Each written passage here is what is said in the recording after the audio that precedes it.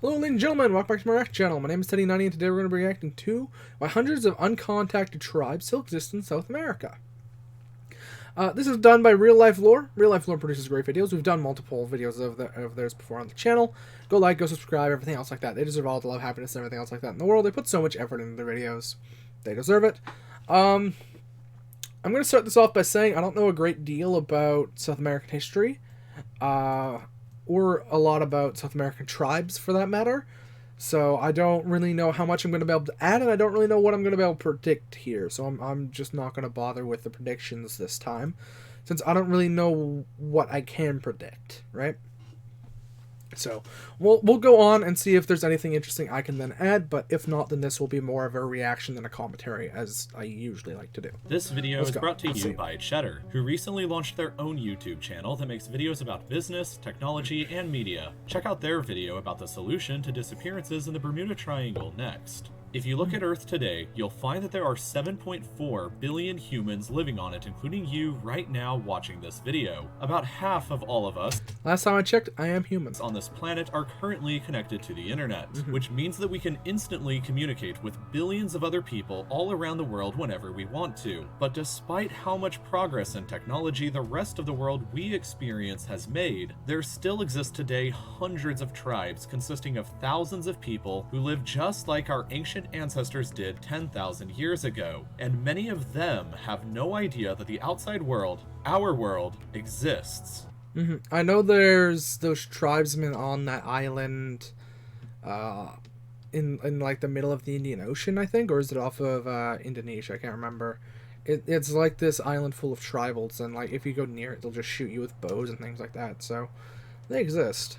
Most continents don't have anybody living on them who are completely unaware of modern civilization. The last Native American in the United States who lived most of his life completely removed from American culture was found in 1911, and the last uncontacted Aboriginal hunter-gatherers in Australia were found and contacted just in 1984. So there's only a handful of places left in the world where you can still find these uncontacted people. A handful in the Congo Basin of Africa, a few on the Andaman Islands in the Indian Ocean, and several on the Pacific island of New Guinea. But by far the vast majority of uncontacted people remaining in the world, 97% of them, are currently living on the South American continent, primarily in the deep, dark, and hard-to-get-to parts of the Amazon rainforest. Over 100 tribes consisting of thousands of people have been living here generation after generation for thousands of years, ever since humans first arrived on the continent roughly 15,000 years ago. But how can it be that so many of these people still don't know about our modern world? The answer largely has to do with geography. The Amazon rainforest is enormous, larger than the entire Indian subcontinent, but with a population under 20 million,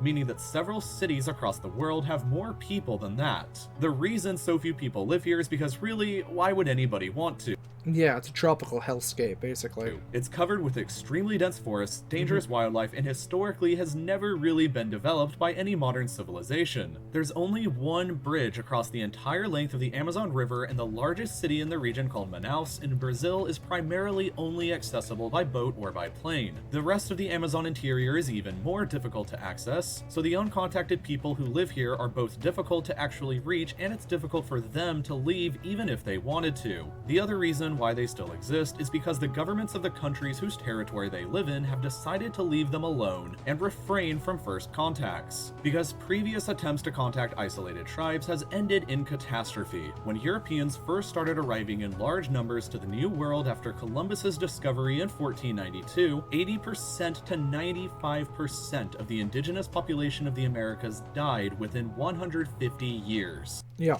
due to plague. Mostly due to diseases like measles and smallpox brought by the European conquerors. I've mentioned this before in previous videos, but the American Indians, or Native Americans rather, didn't have a chance at hell because of this.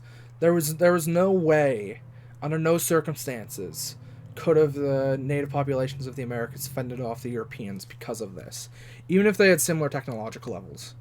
Just because of the lack of similar diseases and similar necessitations and like resistance is built up, and that all stems from, as I mentioned in previous videos, it all stems from a complete lack of domesticated animals.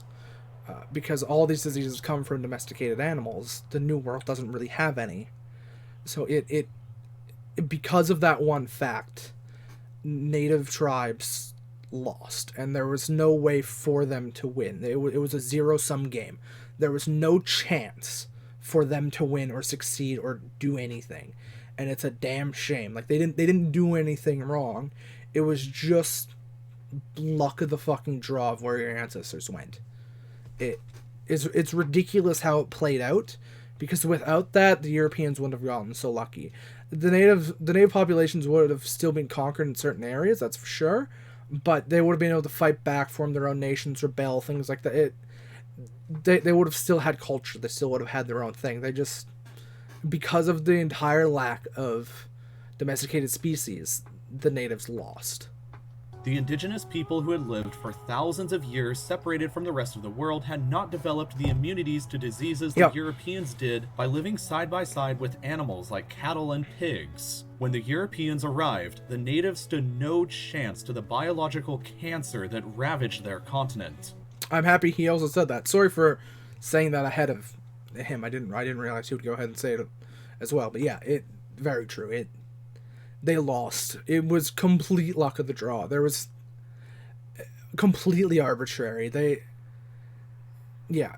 Fucking ridiculous. And the surviving uncontacted tribes of today face that exact same problem We're scared. Yeah, so he's going to say we're scared to contact them because we don't want to do that to them. when encountering us. A tribe in Colombia, for example, was contacted a few decades ago by modern anthropologists, but the tribe's population was cut down to less than half its size, simply because of diseases the anthropologists accidentally exposed them to. In addition to that, first encounters with isolated tribes can sometimes result in violence. Clashes in Ecuador between uncontacted tribes and loggers cutting down the forests around them erupted in 2006 and 2007 that left 30 tribespeople and 10 loggers dead. Loggers, oil prospectors, drug traffickers, and hunters all occasionally stumble upon an uncontacted tribe in the jungle by accident still today, and the resulting encounters can obviously end up being pretty tense. There's a man who lives in the Amazon in Brazil called the Loneliest Man in the World, an indigenous uncontacted man who lives alone and is believed to be the last surviving member of his tribe. The language he speaks is unknown, as is the name of the tribe he once belonged to, and his existence first became known about in 1996. The Brazilian government sent numerous expeditions to find him that all failed until 2007, and when they finally encountered him, he shot one of them in the chest with a bow and arrow. Later evidence found what was believed to be his old village, bulldozed and destroyed by illegal loggers or settlers. After this incident, the Brazilian government declared a 42 square mile exclusion zone around him that's illegal for anybody to trespass into. He's the only human that exists in that entire area, and it's illegal for anybody to visit him. And he's still there because video was taken of him this year in 2018 cutting down a tree. The Brazilian government maintains a policy today of zero contact with uncontacted peoples, but maintains occasional flyovers to check up on their numbers and how they're doing, which can yield some incredible photographs like these. We can only speculate about what these people must be thinking at the sight of seeing an airplane flying above them, but imagine for a moment if Earth was considered an uncontacted area by some advanced alien species. They may treat us the same way that we treat our uncontacted peoples. We limit our contact out of respect for their own safety, but maintain occasional flyovers for checkups and to satisfy our own curiosity. Curiosity about the unknown is always fascinating to humans. It's just part